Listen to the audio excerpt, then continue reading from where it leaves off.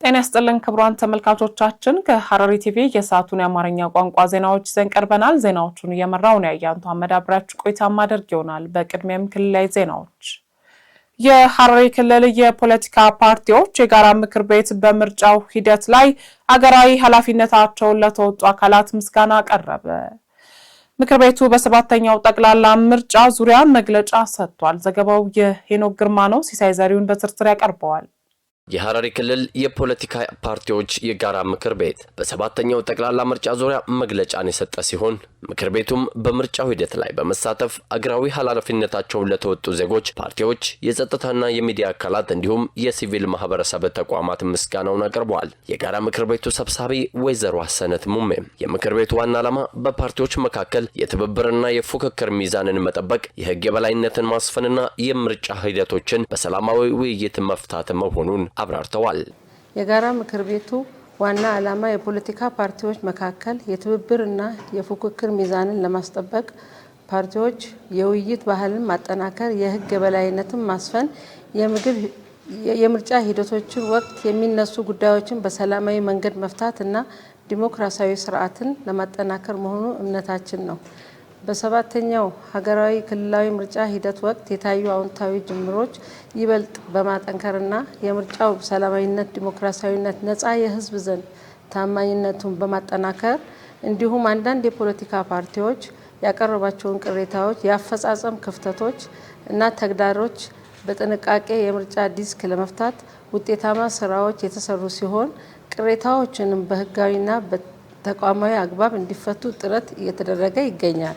ብሔራዊ ምርጫ ቦርድ የምርጫውን ውጤት በህግ መሰረት አረጋግጦ እስኪያጠናቅቅ ድረስ ሁሉም ባለድርሻ አካላት በትዕግስትና ኃላፊነት እንዲያሳዩ የጠየቁት ተሰብሳቢዋ ከምርጫ በኋላም በሀገራዊ ጉዳዮች ላይ የምክክርና የመግባባት ባህል እንዲጠናከር ምክር ቤቱ ከሁሉም አካላት ጋር በጋራ እንደሚሰራ አረጋግጠዋል። የጋራ ምክር ቤቱ ሁሉንም የፖለቲካ ፓርቲዎች የህዝቡን ውሳኔና ድምጽ እንዲያከብሩ፣ ደጋፊዎቻቸውን ወደ ሰላም መከባበርና ህጋዊ አሰራር እንዲመሩ እና ማንኛውንም ልዩነቶች በውይይትና በህግ ማዕቀፍ እንዲፈቱ ጥሪ ያቀርባል።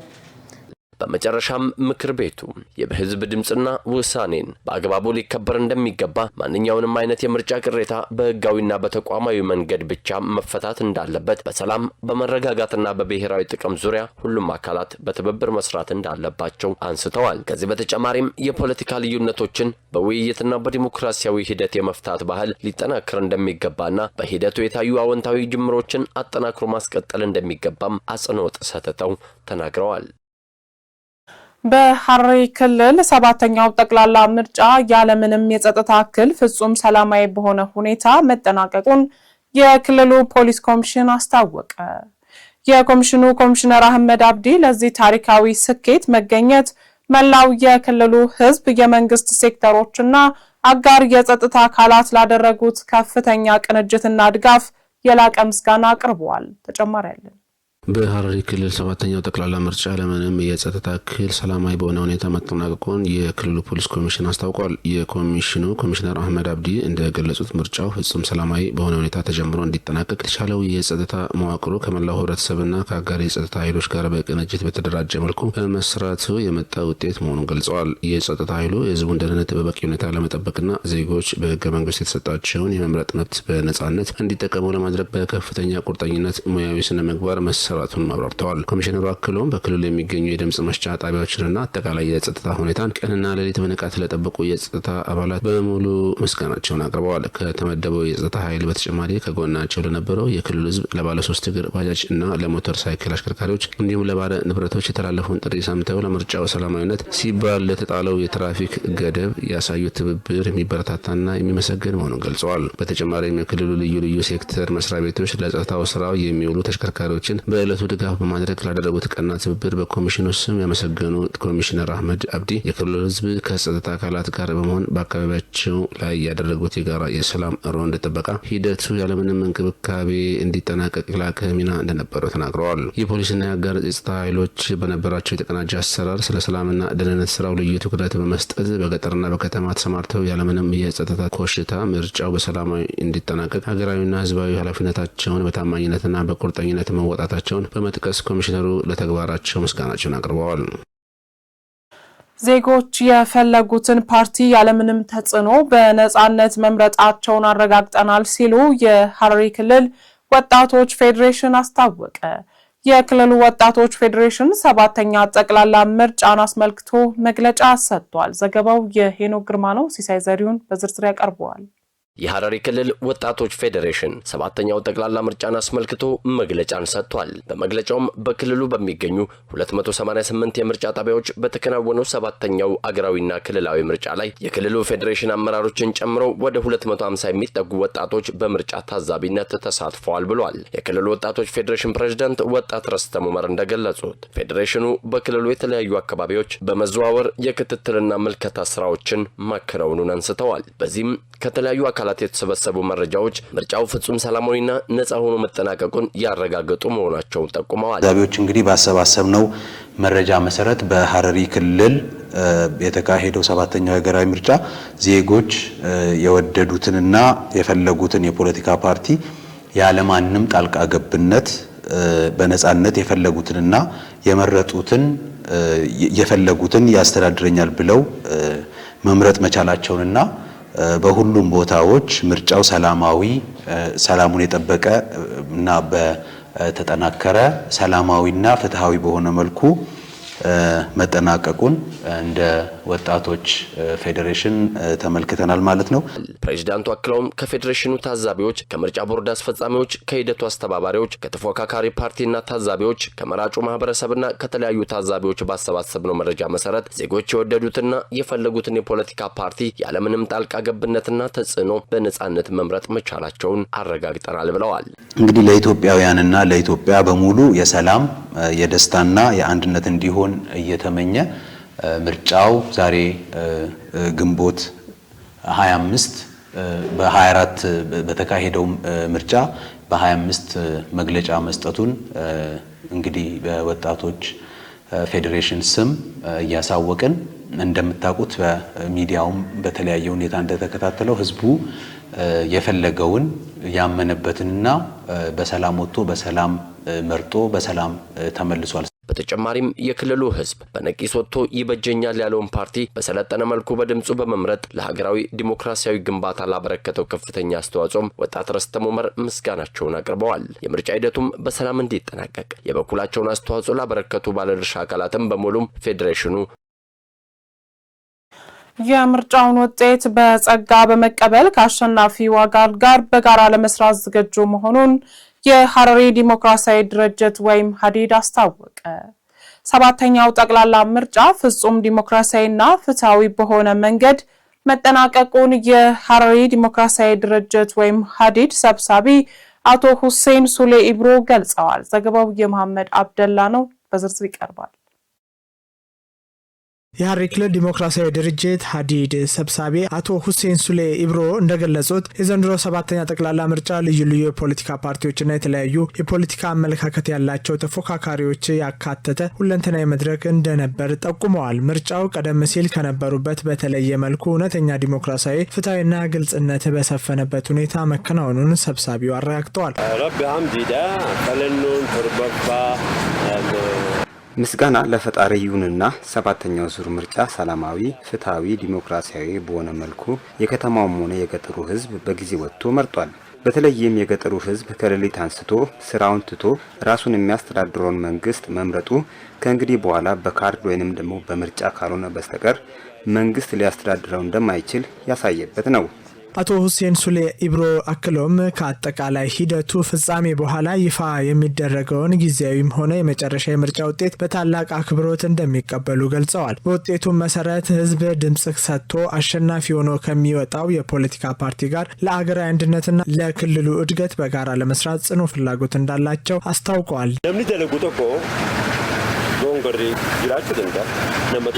የሚሰራ ሰው ይሳሳታል። ስለዚህ የሚታዩ ስህተቶችን አብረን እያረምን አሸናፊውም ሆነ ተፎካካሪው ፓርቲ እንደ ቀድሞ እርስ በርስ ከመገፋፋት ይልቅ በስምምነት እየተጓዙ ነው።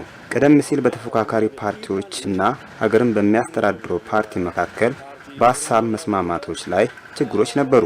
ድምጽ የሰጡ ማህበረሰብ በዋናነት የሚያነሷቸውን የመሰረተ ልማት የኢኮኖሚና የማህበራዊ ጥያቄዎች በአግባቡ ለመመለስና የህዝብን ተጠቃሚነት ለማረጋገጥ ከአሸናፊው ፓርቲ ጋር በትብብር መስራት የሰለጠነ ፖለቲካ መገለጫ መሆኑን ሰብሳቢው አብራርተዋል። በማንኛውም ሀገራዊ ሆነ ዓለም አቀፋዊ የዲሞክራሲ ስርዓት ግንባታ ሂደት ውስጥ የሚሳተፉ የፖለቲካ ኃይሎች ማሸነፍና መሸነፍን በጸጋ የመቀበል የዳበረ የፖለቲካ ስነ ምግባር ሊኖራቸው እንደሚገባ አሳስበዋል። ቡርቲን ተንሞታቲ ሞኑ ሞሐምኑ ውሳኔው የህዝብ ነው።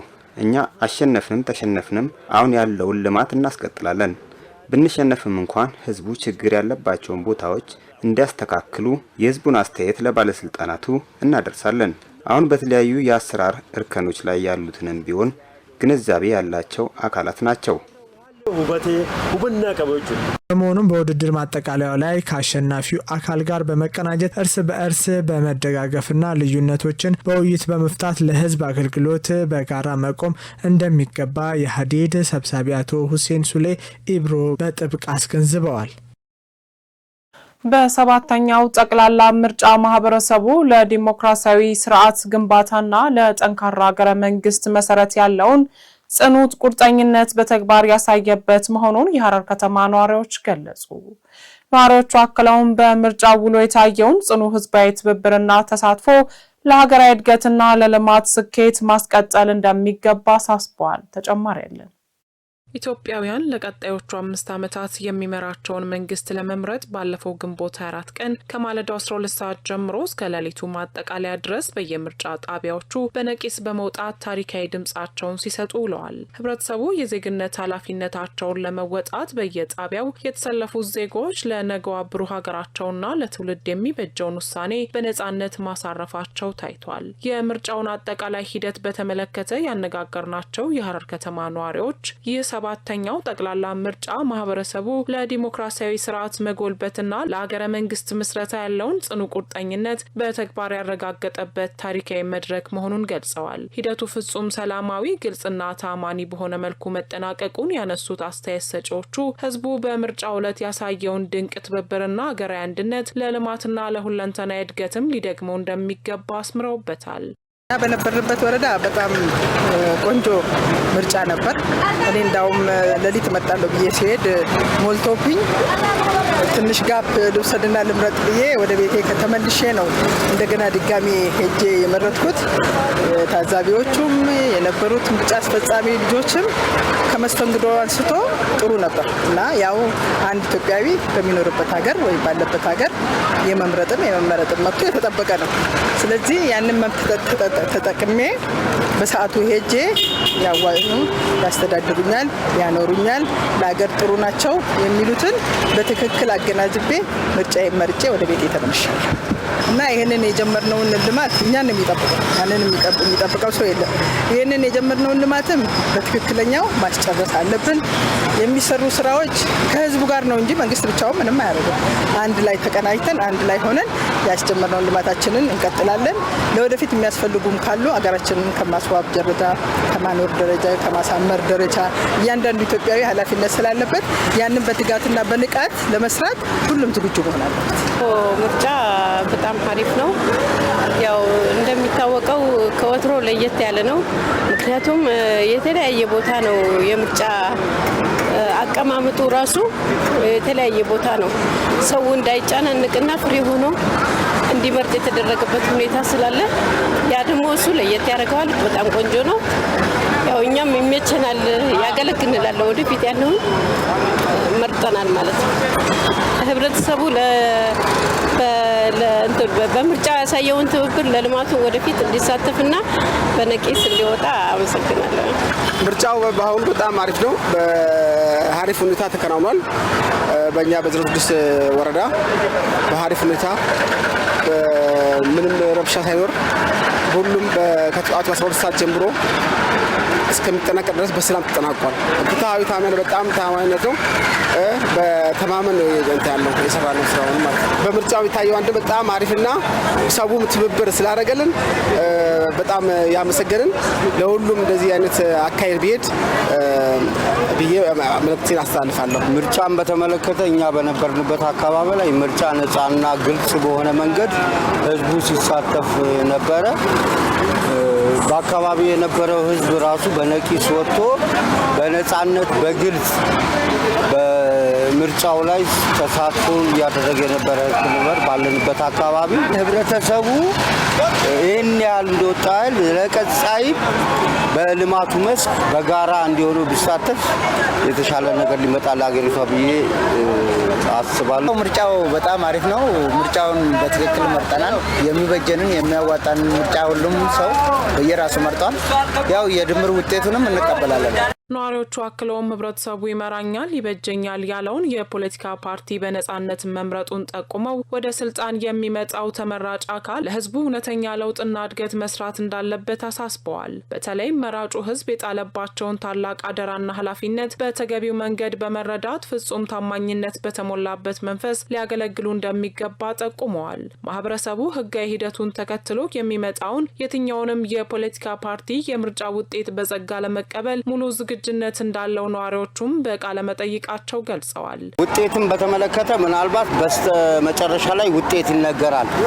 አሁን ህዝቡ ማድረግ መሆን ያለበት ነገር ምርጫን በግልጽና ነፃ በሆነ መድረክ እንደመረጠው ሁሉ ቀጣይ ማንም ይመረጥ ማንም እኛ ምርጫውን በጸጋ ተቀብለን መጓዝ መቀጠል እንዳለብን ነው ለህዝባችን ማስተላለፍ። ይሄ ደግሞ የትልቅ ሰው ወይም የምሁር እንትን ነው። አንድ ሰው አሸነፈ ኃላፊነቱን ወስዶ ይሄ ሰው ይጠቅመኛል ብሎ ስለመረጠው ለህዝቡ አቋሙን ስራውን በትክክል መስራትና ማሳየት አለበት።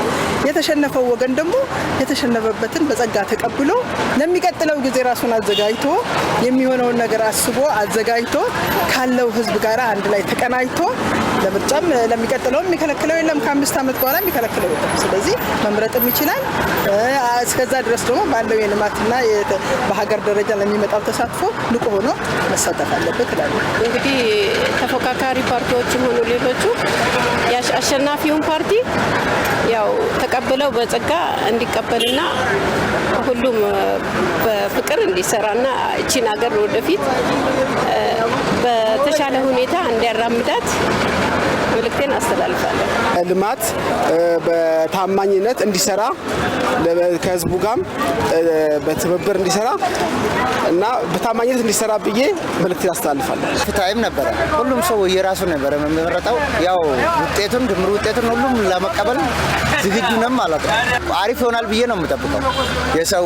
የህብረተሰቡ ብልጫ ሆኖ ነው ይሆናል ብዬ ነው የምጠብቀው። ስለዚህ ፍትሃዊ ነው። በአጠቃላይም በዕለቱ የተስተዋለው የህዝቡ ስልጡንና ተሳትፎ ሀገሪቱን ወደ አዲስ የሰላም ምዕራፍ ያሸጋገረ መሆኑ የተገለጸ ሲሆን ይህንን መልካም አጋጣሚ ለነገዋ ኢትዮጵያ ዘላቂ መረጋጋትና ብልጽግና መሰረት አድርጎ መጠቀም እንደሚገባ ተመላክቷል። ለእናቶች ጤና ልዩ ትኩረት መስጠት ጤናማ ማህበረሰብን ለመገንባት ወሳኝ ሚና እንዳለው ተገለጸ። ፈጠራና ቀጣይነት ያለው ፋይናንስ ለእናቶች ጤና በሚል መሪ ቃል በሐረሪ ክልል የጤናማ እናቶች ወር ተከበረ። ዘገባው የጀዲዳ ህመር ነው። ገዛኸኝ አራጌ በዝርዝር ያቀርበዋል። ፈጠራና ቀጣይነት ያለው ፋይናንስ ለእናት ጤና በሚል መሪ ቃል በሐረሪ ክልል ደረጃ የተዘጋጁ የጤናማ እናቶች ወር በተለያዩ ስነ ስርዓቶች ተከብሯል። በመድረኩ ላይ የሐረሪ ክልል ጤና ቢሮ ምክትል ኃላፊ ዶክተር ኢማን ዘይዳን እንደገለጹት በክልል ደረጃ የተዘጋጀው ይህ የውይይት መድረክ የእናቶች ጤና በተመለከተ በህብረተሰቡ ዘንድ ያለውን አመለካከት ለመቀየር ከፍተኛ አስተዋጽኦ እንዳለው ገልጸዋል። ይህ ግንዛቤ ይበልጥ ለማስፋትም መርሃ ግብሩን እስከ ወረዳ ደረጃ በማውረድ ሰፊ የንቅናቄ ስራ እየተከናወነ እንደሚገኝ ጠቁመዋል።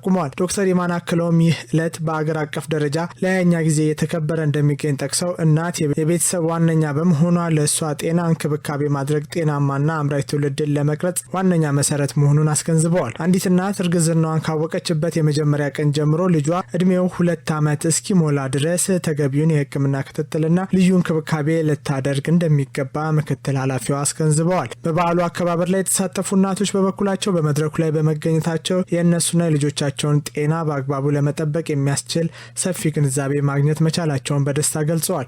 እናቶች አክለው ማንኛውም የህብረተሰብ ክፍል ስለ ስርዓተ ምግብና ስለ ሕክምና ክትትል በቂ እውቀት ሊኖረው እንደሚገባ ጠቅሰው ይህም ጤናማ ብሩህ ማህበረሰብን ለመገንባት ትልቅ መነሻ መሆኑን በሰጡት አስተያየት ጠቅሰዋል።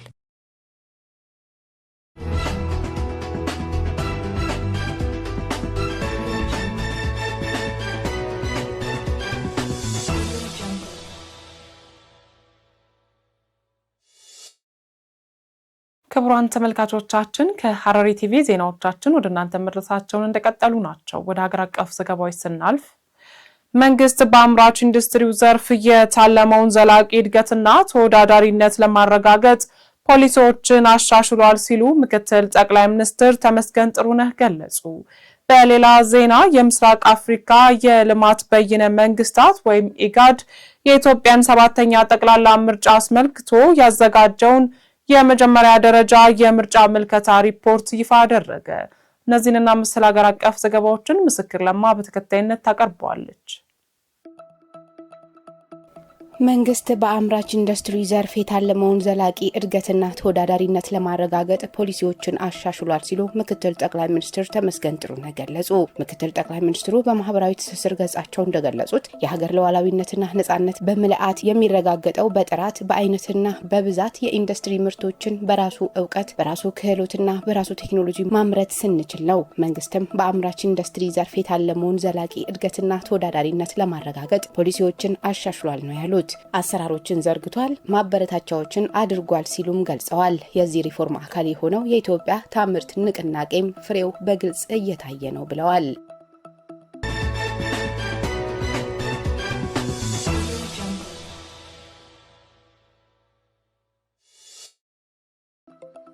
የምስራቅ አፍሪካ የልማት በይነ መንግስታት ኢጋድ የኢትዮጵያን 7ኛው ጠቅላላ ምርጫ አስመልክቶ ያዘጋጀውን የመጀመሪያ ደረጃ የምርጫ ምልከታ ሪፖርት ይፋ አድርጓል። ከኢትዮጵያ መንግስትና ከብሔራዊ ምርጫ ቦርድ በደረሰው ጥሪ መሰረት 26 አጭር ጊዜ ታዛቢዎችን ያቀፈ ቡድን በማሰማራት ሂደቱን ሲከታተል የቆየው ተቋሙ በምርጫው የታዩ አስተዳደራዊና ቴክኖሎጂያዊ ማሻሻያዎችን አወድሷል። ግንቦት 24 ቀን 2018 ዓ.ም በተካሄደው በዚህ ምርጫ ወቅት የተነሱ የተወሰኑ የፖለቲካና የጸጥታ ተግዳሮች ማጋጠማቸውን ሪፖርቱ ጠቅሷል። በዚህም ምክንያት ምርጫ ሊካሄድ ከነበረባቸው 557 የምርጫ ክልሎች ውስጥ በ501 ላይ ብቻ የተከናወነ ሲሆን በአጠቃላይ በ52044 የክልልና የከተማ አስተዳደር ምክር ቤት ምርጫ ጣቢያ ድምጽ ሰጥቷል። የኢጋድ ታዛቢ ቡድን ባወጣው መግለጫ የኢትዮጵያ ብሔራዊ ምርጫ ቦርድ የዘንድሮውን ምርጫ በማዘጋጀትና በማስፈጸም ረገድ ያሳየውን ከፍተኛ አስተዳደራዊና ተግባራዊ አቅም አድንቋል። ቦርዱ በአስቸጋሪ ሁኔታ ውስጥም ቢሆን በ501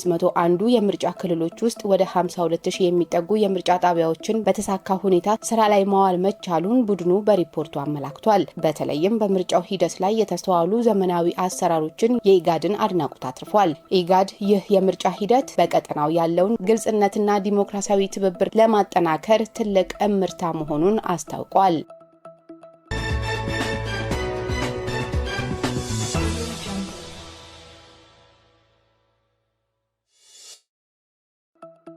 የኢትዮጵያ ሰብአዊ መብቶች ኮሚሽን 7ኛው ጠቅላላ ምርጫ የድምጽ መስጫ ቀን ሰላማዊ፣ ዲሞክራሲያዊና መሰረታዊ የሰብአዊ መብቶች ጥሰት ያልተፈጸመበት ሆኖ ማለፉን አረጋገጠ። ኮሚሽኑ የመጀመሪያ ደረጃ የግኝት ሪፖርቱን ይፋ ባደረገበት ወቅት በ7ኛው ጠቅላላ ምርጫ ላይ ሰፊ የክትትል ስራ ማከናወኑን ገልጿል። የኮሚሽኑ ዋና ኮሚሽነር ብርሃኑ አዴሎ በሰጡት መግለጫ እንዳሉት ምርጫው የተለመዱ ዓለም አቀፍ መስፈርቶችን ያሟላ አሳታፊና አካታች በሆነ መልኩ ተከናውኗል። በተለያዩ የምርጫ ጣቢያዎች የተሰማሩ የኮሚሽኑ የክትትል ቡድኖች ይህንኑ እውነታ ማረጋገጣቸውን ኮሚሽነር ብርሃኑ አክለው ገልጸዋል። ኮሚሽኑ የመጀመሪያ ደረጃ ሪፖርቱን ይፋ ያደረገው የክትትል ቡድኖቹን መረጃ መሰረት በማድረግ ሲሆን በቀጣይም ተጨማሪ ግኝቶቹን ይፋ እንደሚያደርግ ጠቁሟል። ዘገባው የኢቢሲ ነው።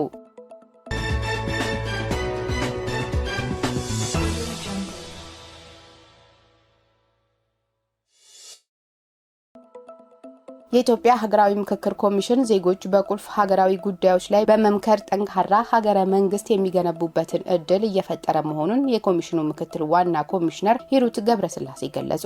ምክትል ዋና ኮሚሽነር ሂሩት ገብረስላሴ ለኢዜአ እንደገለጹት የኢትዮጵያ የሀሳብ ልዩነት በሰለጠነ የምክክር ስርዓት መፍትሄ መስጠት የሚያስችል ምህዳር ተፈጥሯል። ኮሚሽኑ ያለፈባቸው ወሳኝ ምዕራፎችን በሀሳብ የበላይነት የተመሰረተ ምክክር በማድረግ በዋና ዋና ሀገራዊ ጉዳዮች ላይ ብሔራዊ መግባባትን መፍጠር እንደሚቻል ያመላከተ መሆኑን ገልጸዋል። በአሁኑ ወቅት ከተለያዩ ባለድርሻ አካላት ጋር በመወያየት ወሳኝ ሀገራዊ አጀንዳዎችን በማደራጀት ዋናውን ሀገራዊ ጉባኤ ማካሄድ የሚያስችል ዝግጅት እየተደረገ መሆኑን አስረድተዋል። የኢትዮጵያ ሀገራዊ የምክክር ኮሚሽን የተሰበሰቡ አጀንዳዎችን በማደራጀት ዋናውን ሀገራዊ ጉባኤ በይፋ ለማስጀመር የመጨረሻ ዝግጅት ምዕራፍ ላይ መደረሱን ገልጸዋል። በምክክር ሂደቱ የሁሉም የኢትዮጵያውያን አጀንዳዎች ለውይይት በማቅረብ ብዝሃነትንና ህብረ ብሔራዊነትን ታሳቢ አድርጎ የሚካሄድ መሆኑን አንስተዋል።